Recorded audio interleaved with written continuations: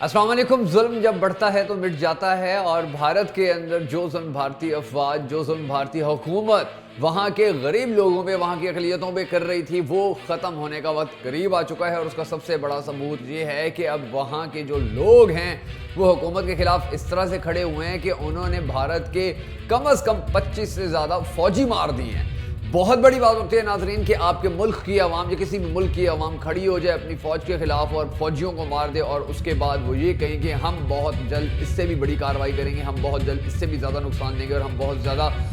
جو اپنے بدلے ہیں وہ سارے بدلے پورے کریں گے۔ ہوا کیا ہے بھارت کے اندر صفِ ماتم کیوں بچھی ہوئی ہے، تھوڑی سی میں آپ کو اس کی ڈیٹیل بتا دیتا ہوں کہ چھتیس گڑھ میں بھارتی فوج کا ایک جو کنوائے ہے اس کے اوپر اس کو نشانہ بنایا وہاں کے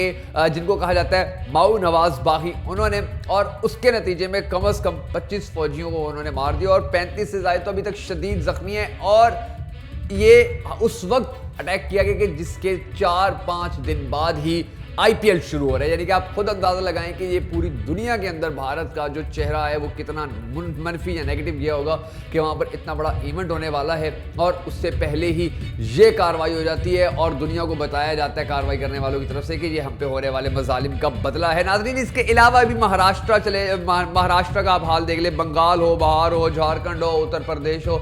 ہر جگہ پر ہی لوگ حکومت سے آزادی مانگ رہے ہیں، اور وہاں پر اب تحریکیں اتنی زیادہ تیز ہو چکی ہیں آزادی کی کہ جس کے بارے میں شاید مودی حکومت کو اندازہ تھا، ان کی فوج کو اندازہ تھا، لیکن انہوں نے کبھی سنجیدہ نہیں لیا تھا۔ اور آج بھی اتنا بڑا کام ہوا ہے، ان کے میڈیا کو آج بھی وہ سنجیدہ نہیں لے رہا، بلکہ ان کا میڈیا آج بھی آئی پی ایل کے اوپر اور مختلف فلموں کی جو شوٹنگز ہو رہی ہیں ان کے اوپر وہ اپنی خبریں دے رہے ہیں، اور اس کے ساتھ ساتھ ان کو یہ احساس ہی نہیں ہے، یا وہ اس چیز کو سامنے نہیں لانا چاہتے کہ کتنا بڑا ان کا نقصان ہوا ہے۔ اور یہی چیز مودی کی پالیسی بھی یہی تھی کہ مسائل کے اوپر بات نہیں کی جائے گی ملک کے، بلکہ اس کا ایسی باتیں کی جائیں گی کہ جس کی وجہ سے جو لوگوں کی توجہ ہے وہ حقیقی مسائل سے ہٹ کر وہ دوسری چیزوں میں سوچنا شروع کر دے، کرکٹ کے بارے میں سوچے، فلموں کے بارے میں سوچے، وہ یہ سوچے کہ پاکستان کیا کر رہا ہے ہمارے بارے میں، یہ نہ سوچیں کہ ان کی فوج کے ساتھ وہاں کی جو عوام ہے وہ کیا کر رہی ہے۔ چند سال میں اب ناظرین اتنی زیادہ وہاں کے حالات خراب ہو چکے ہیں کہ چند سال کے اندر کم از کم 12,000 مختلف حملے کیے جا چکے ہیں، اور وہ حملے مختلف یعنی کہ ان کی جو ریاستیں ہیں بھارت کی ان کے اندر کیے گئے ہیں، اور رپورٹس کے مطابق کم از کم 83 سے زائد جو آزادی کی تحریکیں ہیں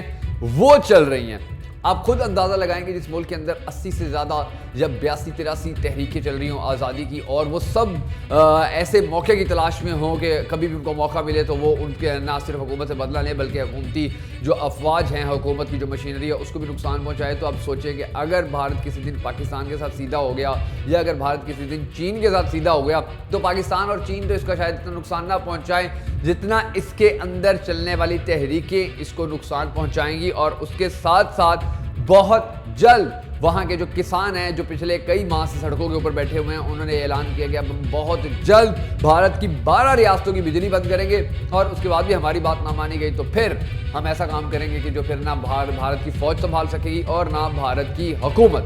یعنی کہ کل ملا کے بھارت کی جو اس وقت سچویشن ہے وہ اتنی خراب ہو چکی ہے کہ وہاں کی عوام ہی ان کی فوج کے خلاف کھڑی ہو چکی ہے، اور ہونا بھی چاہیے کیونکہ انہوں نے بڑے ظلم کیا وہاں پر۔ تو ہم سب کو اب یہی دعا کرنی ہے کہ اللہ تعالیٰ ان کی مدد فرمائے مظلوم لوگوں کی، اور ان کی اتنی ہمت اللہ تعالیٰ کرے کہ وہ بھارتی فوج کے مظالم سے اور مودی جیسے موذی مرض سے جان چھڑوانے میں کامیاب ہو جائے۔ اگر آپ بھی ان مظلوم لوگوں کے ساتھ کھڑے ہیں، ان کو اپنی دعا میں یاد رکھنا چاہتے ہیں تو کمنٹ باکس میں آمین ضرور لکھ دیجیے گا۔